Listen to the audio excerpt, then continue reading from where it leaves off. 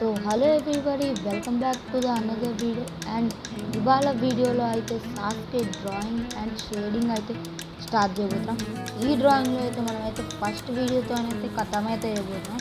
అందుకైతే నేనైతే ఫస్ట్ ఒక వీడియోని అయితే పెట్టాను, అది కూడా 7 minutes అని. సో మనం అయితే స్టార్ట్ చేసేద్దాం.